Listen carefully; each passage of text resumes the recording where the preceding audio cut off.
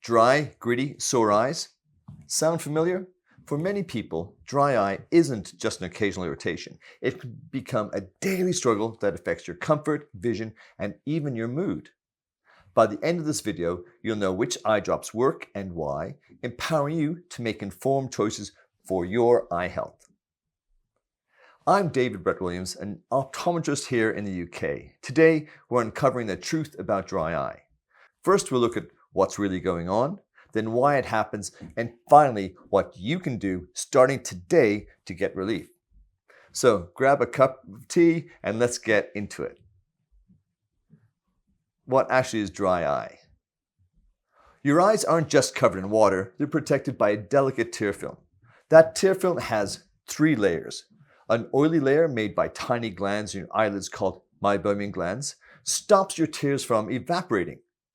A watery layer produced by the lacrimal glands, which keeps your eyes hydrated, and a mucus layer helps the tears spread smoothly over the surface. When that system breaks down, either from too little water or too much evaporation, your eyes start to feel dry, gritty, or irritated. And in more severe cases, you can actually get blurred vision and pain. There are 2 main types of dry eye. Aqueous deficient dry eye, that's when your eyes don't produce enough watery tears. And evaporative dry eye, when you make enough tears but they evaporate too quickly. And here's the kicker. Most people in the UK actually have a mix of both.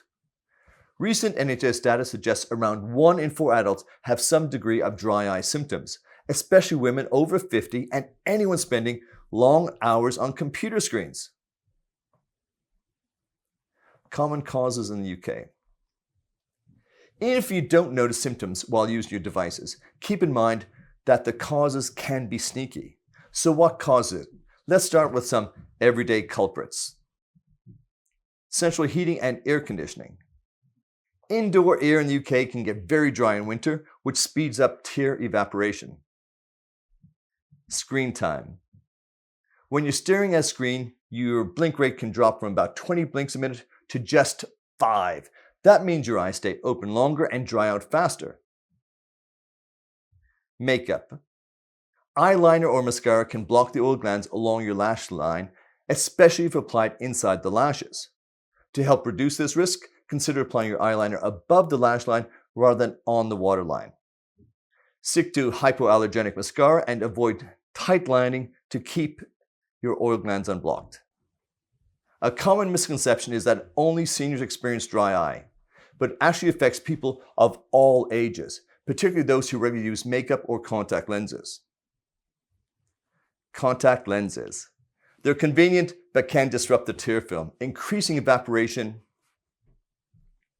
Hormonal changes. After menopause, women's oil glands can become less effective, which is why we see dry eye more often in women over the age of 50. Medications.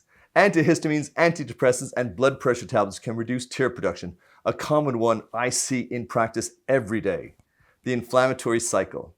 Here's something most people, and even some GPs, don't realize. Dry eye isn't just a lack of tears. It's an inflammatory condition. When your tears evaporate, the salt concentration rises. That change irritates the surface of the eye, damages cells, and triggers inflammation. Inflammation, in turn, damages the glands that make your tears, and the whole cycle repeats. That's why dry eye doesn't simply go away. It needs to be treated both at the surface and at the source. How we treat it. So, what can you do about it? To start experiencing immediate improvement, try this quick exercise. Blink fully 10 times right now while watching this video. This simple action helps spread the tear film evenly across your eyes and offers instant relief. We always start by identifying what type of dry eye you have. You might recognize aqueous deficient dry eye if you have consistently low tear production, often accompanied by a feeling of dryness and discomfort. On the other hand, evaporative dry eye can be identified by frequent redness and irritation, often intensified by wind or air conditioning. If your symptoms persist or worsen, it's crucial to seek advice from an eye care professional to determine the exact cause and the appropriate treatment for your condition. To access prescription treatments through the NHS, start by booking an appointment with your GP or optometrist. They can refer you to a specialist if needed. Once referred, the specialist will assess your eye condition and discuss potential treatments such as medicated eye drops, including cyclosporin or steroid drops. Understanding this process can make it feel more approachable to access the care you need. Artificial tears. Preservative-free drops are best, especially if you use them more than 4 times a day. Warm compresses. A gentle heat mask for 5 to 10 minutes helps melt the oils in your eyelid glands.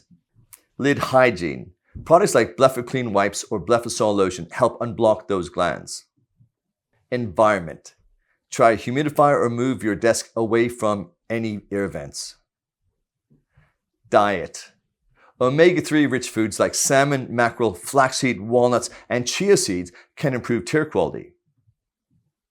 To make it more practical, you can incorporate omega-3 into your meals with a salmon or mackerel sandwich at lunch or by adding flaxseed and chia seeds to your morning cereal. These additions are not only beneficial for your eyes, but are also easily accessible in the UK. Prescription treatments.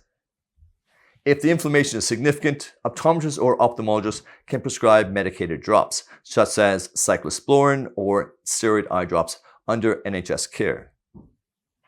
And of course, regular checkups with your optometrist is essential. Dry eye is one of the most common and most misunderstood eye conditions I see every day. The good news, with the right care, it can be managed and dramatically improved. If you'd like to understand your symptoms better, you can download my free daily dry eye tracker. There's a link in the description below. I'm David Brett-Williams. Thanks for watching Talk About Eyes. Stay subscribed for more easy to understand eye health advice, and remember to keep an eye on it. Before you go, I'd love to hear from you. What are your personal dry eye tips or remedies? Share your own experiences, stories, or questions about dry eye in the comments below. Whether it's a challenge you faced or a remedy that has worked for you, your contribution can help foster a supportive and insightful community. Thank you.